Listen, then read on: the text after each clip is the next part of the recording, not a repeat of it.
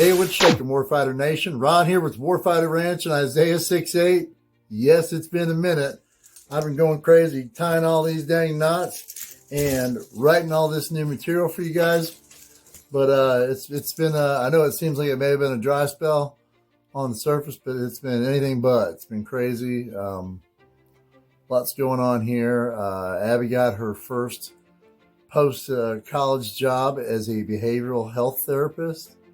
She's now certified behavioral health therapist, and she works with special needs kids. So hats off to Abby. She's doing fantastic. We could not be more proud. Can you tell? I don't know, probably. But either way, I've got just a short message today, but it's a very specific and targeted message today. So it's selective in its listenership. Though, if you hear it and you know somebody who might need to hear it, feel free to pass it on.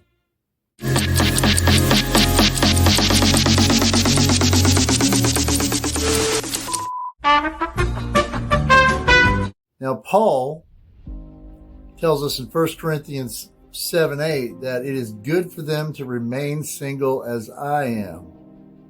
Paul goes on to say that this is due to our inability to control ourselves. In the end, it is really better to get married than to burn with unnecessary passion. Let me back it up a minute here. I'm a Gen Xer.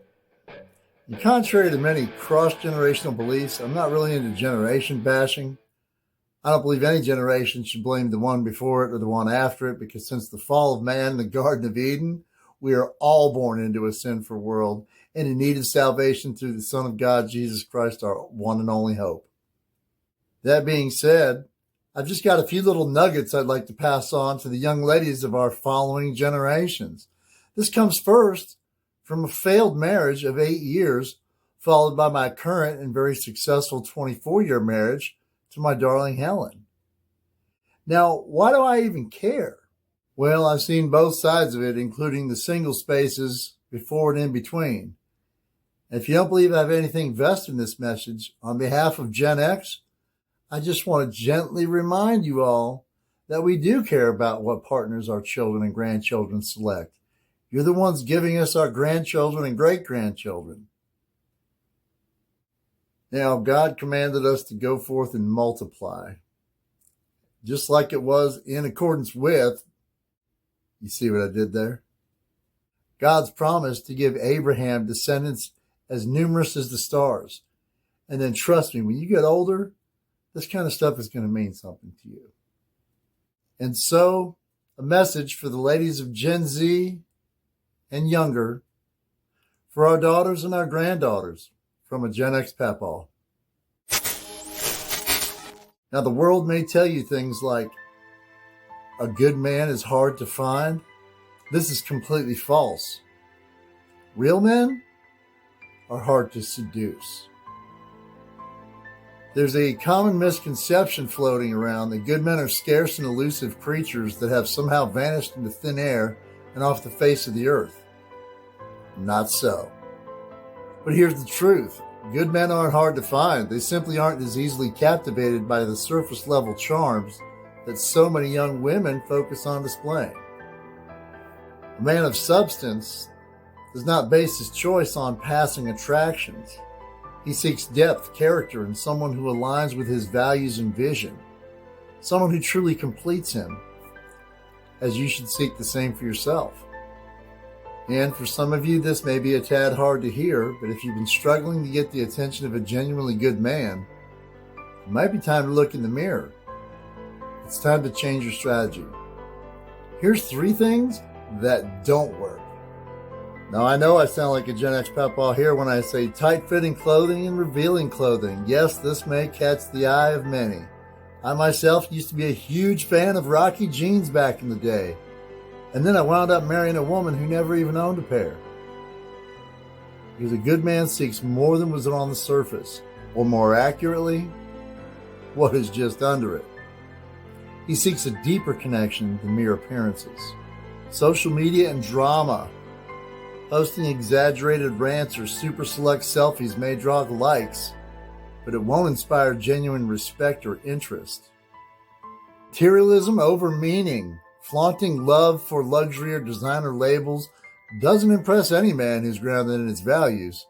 This shows wisdom and discernment on his part and a hint of stoicism. Do not overlook this. Here's what does work. Hey, my eyes are up here. Character over cleavage. A good man pays attention to how you treat others and things like humility and kindness.